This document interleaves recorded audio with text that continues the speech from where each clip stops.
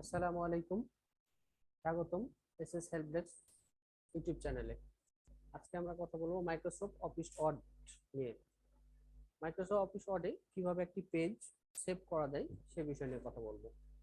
তাহলে আমরা প্রথমে মাইক্রোসফট অফিস ওয়ার্ড ওপেন করব। মাইক্রোসফট অফিস ওয়ার্ডটা আমার টাস্কবারকেই সেভ করা আছে। একটা ব্ল্যাঙ্ক পেজ নেব। ব্ল্যাঙ্ক পেজ নেওয়ার জন্য আমরা ব্ল্যাঙ্ক ডকুমেন্টসে ক্লিক করব। ব্ল্যাঙ্ক ডকুমেন্টসে ক্লিক করার পর আমরা চাইলে কোনো ডকুমেন্টস লিখতে পারি, না চাইলে নাও লিখতে পারি। ফাইলটা আমরা সেভ করব।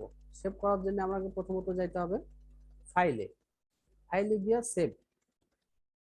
সেভে আসার পর এখানে দেখবো আমরা এই ফাইলটা আমি কোথায় সেভ করব এবং কি নামে সেভ করব। তাহলে আমি প্রথমত দিস পিসিতে গেলাম। দিস পিসির পর আমাকে এখানে ড্রাইভ গুলো শো করছে। ডবল ক্লিক করে যদি এখান থেকে কিন্তু আমাকে ড্রাইভ চুজ করতে বলছে যে আমি কোন ড্রাইভে সেভ করব। যদি আমি আবারও দিস পিসি যাই, দিস পিসির ভিতরে আমি যদি লোকাল ডিস্ক ডি, আপনারা চাইলে ব্রাউজ করে যেখানে ইচ্ছা সেখানে সেভ করতে পারবেন। তাহলে আমি লোকাল ডিস্ক ডি এখানে। এখন হচ্ছে save as type. Save as টাইপটা কি? সেভ অ্যাজ টাইপটা হচ্ছে এইটা হচ্ছে ভার্সন 97/2003 আর হচ্ছে ওয়ার্ড ডকুমেন্টস। ওয়ার্ড ডকুমেন্টসে আমরা সেভ করব না, আমরা ওয়ার্ড ডকুমেন্ট 97/2003 ডকুমেন্টসে সেভ করব। তারপরে এখানে বলছে ফাইল নেম। ফাইল নেম আমি দিব, সরি বাংলা হয়ে আছে, আমরা ইংরেজি ভার্সনে আসি। সারোয়ার 1। তাহলে আমরা সেভ করলাম। ওকে, ফাইলটা আমরা এখন কেটে দেবো। আমরা যাই, আমি সেভ করেছি কোথায়? Local disk. এই যে এখানে আমার ফাইলটা সেভ হয়ে গেছে। ফাইলটা ওপেন করি যদি, ফাইলটা আমার চলে আসছে। এখন আমরা একটা অপশন দেখলাম সেভ, আরেকটা দেখবো সেভ অ্যাজ। সেভ এবং সেভ অ্যাজ এর মধ্যে পার্থক্য। সেভ বলতে আমি এই ফাইলটা শুধু ওই নামে সেভ করতেছি। সেভ অ্যাজ হচ্ছে সেম ফাইল অন্য নামে সেভ করা। সেম ফাইল এখানে গেলাম, আবার আমি লোকেশন ঠিক করবো। এখান থেকে লোকেশন ঠিক যদি করি তাহলে হচ্ছে লোকাল ডিস্ক এইখানে সারোয়ার নামে 1 নামে একটা ফাইল আমার সেভ আছে অলরেডি। তাহলে আমি এই ফাইলটা যেহেতু আরেকটা ফাইল নামে সেভ করব, সেখানে সারোয়ার নামে 1 2 নাম দিয়ে সেভ করলাম। ওকে, আমার ফাইলটা অটোমেটিকলি ওই ড্রাইভে চলে গেছে। আমরা যদি এখন যাই,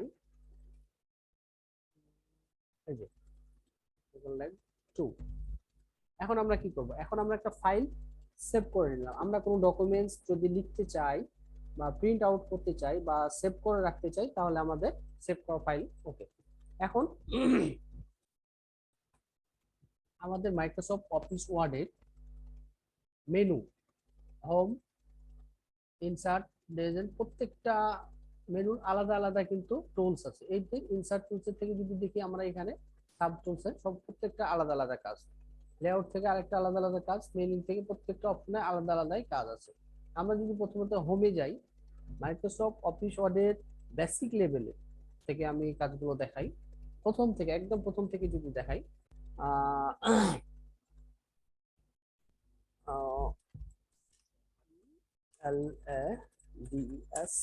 বাংলাদেশ। আচ্ছা, এখানে বাংলাদেশ লিখছি, প্রথম অক্ষরটা আমি ক্যাপিটাল দিছি। এখন এইটা হচ্ছে নর্মাল একটা ফন্টে আছে আমার, এবং এতে 11, আবার এখানে 12 ফন্ট। আমি নর্মাল ফন্ট হচ্ছে, একটা কথা বলে রাখি, নর্মালি যে কোনো অফিসিয়াল ফন্ট সাইজ হচ্ছে আমরা 12 দিব, সব সময় 12। আমরা যদি ফন্ট এখান থেকে টাইমস নিউ রোমান সিলেক্ট করি, অর্থাৎ টিআই লিখে অলরেডি চলে আসবে অটোমেটিকলি। তাহলে এখন কথা হচ্ছে বাংলাদেশ লিখলাম, বাংলাদেশটা নর্মালি এখানে লিখে আছে। এটার উপর আমরা কাজ করব। বাংলাদেশ সিলেক্ট করলাম। সিলেক্ট করব কেমনে? মাউস বাটন ধরে ট্র্যাক করে এখানে, ওকে সিলেক্ট। এখন কি আমরা এখানে বি, বি মানে কি? বোল্ড। বোল্ড হচ্ছে এই লেখাটা একটু বোল্ড হবে, মোটা হবে। ওকে, দেখেন মোটা হয়ে গেছে। আবার যদি আমরা এখানে ইটালি একটু ক্লিক করি, একটু স্টাইল বাঁকানো হবে। এখানে যদি দিই আন্ডারলাইন, আন্ডারলাইনটা নরমালি একটা সেটআপ হয়ে আছে ডিফল্ট হিসাবে। আমি যদি চাই যে আমার আন্ডারলাইনটা আরো একটু মোটা করব, তাহলে বা অন্য স্টাইলের করবো, যে এখানে কিছু সাজেস্ট করছে, এখান থেকে আমরা নির্বাচন করতে পারি। আমরা এটাও করতে পারি, যেটা ইচ্ছা। তবে নর্মালি যেটা ডিফল্ট হিসাবে দেওয়া আছে নর্মালি এটাই আমরা ইউজ করি। আচ্ছা, তারপরে আমরা আসবো, আমরা সিলেক্ট করব। সিলেক্ট করার পর আবার যদি এইখানে ক্লিক করি, এটা দরকার নেই তেমন। তারপর হচ্ছে ফন্ট সাইজ। ফন্ট সাইজ ছোট এবং বড় যে করতে হবে, আমরা দুই ভাবে করতে পারি। এক হচ্ছে এখান থেকে আমরা ফন্ট সাইজ নির্বাচন করতে পারি, আবার ক্যাপিটাল এ স্মল এ এখানে দুইটা আছে, এটা হচ্ছে এখানে আমরা ক্লিক করব, বড় হবে। দেখেন দুটো পাশাপাশি এ লেখা আছে, এখানে বুঝতে পারছেন এটা বড় এটা ছোট, তার মানে এখানে যদি আমি ক্লিক করি বড় হবে, এখানে যদি করি তাহলে ছোট হবে, স্মল। ওকে, তারপর আমরা আসি চেঞ্জ কেস। এই লেখাটা দেখেন, প্রথমত বি অক্ষরটা বড় আছে, বাকিগুলা ছোট আছে। এখন যদি এই অক্ষর সবগুলাই আমি ক্যাপিটাল করতে চাই, বড় হাতের অক্ষর করতে চাই, তাহলে আমি এখানে ক্লিক করব, আপার কেস, প্রত্যেকটা অক্ষর বড় হাতে। এখন দেখা যাচ্ছে একটা ডকুমেন্টস, অনেকগুলো ডকুমেন্টস আমরা লিখে রাখছি, ওই ডকুমেন্টসটা সবগুলোই আমার বোল্ড করা লাগবে, সরি বড় হাতে করা লাগবে, ক্যাপিটাল। তাহলে আমরা কি করব, এখান থেকে ক্লিক করে আমরা আপার কেসে সিলেক্ট করব, তাহলে অটোমেটিকলি ক্যাপিটাল হয়ে যাবে। আবার এখানে দেখি আমরা যদি লোয়ার কেস, ছোট হাতের, তারপর আমরা যদি যাই capital face each word, grammatical অনুযায়ী যেভাবে ফার্স্ট লেটার বড় হাতের হয় সেভাবে এটা অটোমেটিক। তার মানে আমরা যদি অনেক ডকুমেন্টস লিখে ফেলি, দেখা যাচ্ছে আমরা ছোট হাতের সব দিয়ে লিখলাম, আমরা ওয়াল সিলেক্ট করে যদি আমি এই যে আমার সবগুলো ছোট হাতের লিখলাম, এখন আমার সবগুলো বড় হাতের অক্ষর লিখতে হবে, তাহলে আমি কি করবো, ওয়াল সিলেক্ট করবো, কন্ট্রোল এ সিলেক্ট করে আপার কেস, তাহলে প্রত্যেকটা আমার অক্ষর হয়ে গেছে, বড় হাতের অক্ষর হয়ে গেছে। তারপর আমরা এখানে আসি, আরো দুটো অপশন আছে। এটা হচ্ছে টেক্সট হাইলাইট কালার। হাইলাইট কালারটা হচ্ছে পিছনে ব্যাকগ্রাউন্ডের যে আছে না, এটা হচ্ছে লেটার। আমি যদি একটু সিলেক্ট করি, এখানে যদি আমি সিলেক্ট করি যে কোনো একটা কালার চুজ করি, ওকে, এইটা হচ্ছে ব্যাকগ্রাউন্ড কালার। লেখার পিছনে যে কালারটা সেইটা হচ্ছে ব্যাকগ্রাউন্ড কালার। সেই কালারটা এখান থেকে সিলেক্ট করলে অটোমেটিকলি চলে আসলো। আমি অন্য কালারও দিতে পারি চাইলে, সিলেক্ট করা ছিল না ওই জন্য এই অবস্থা হলো।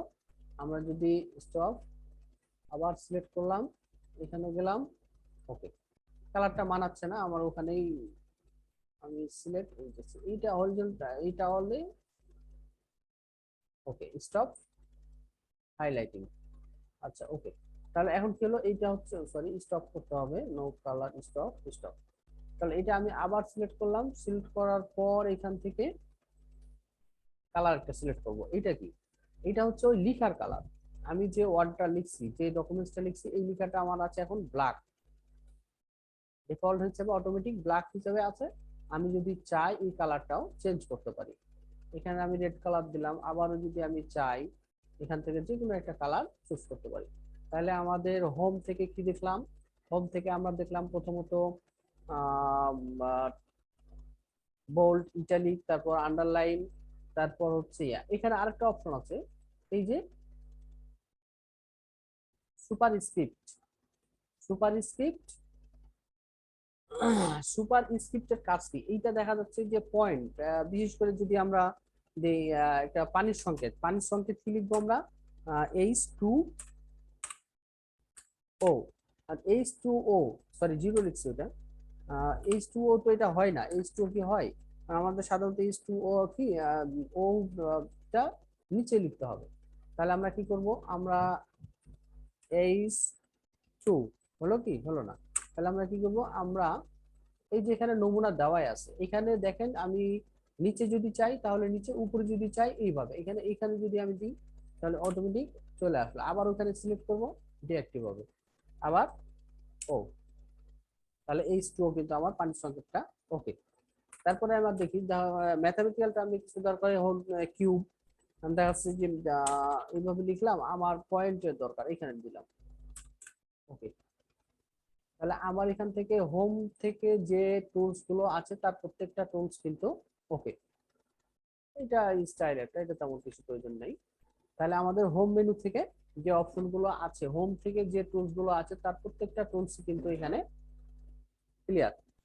ওকে, আমার ভিডিওটি যদি আপনাদের ভালো লেগে থাকে অবশ্যই লাইক কমেন্ট করবেন এবং আমার চ্যানেলটি সাবস্ক্রাইব করবেন। ধন্যবাদ।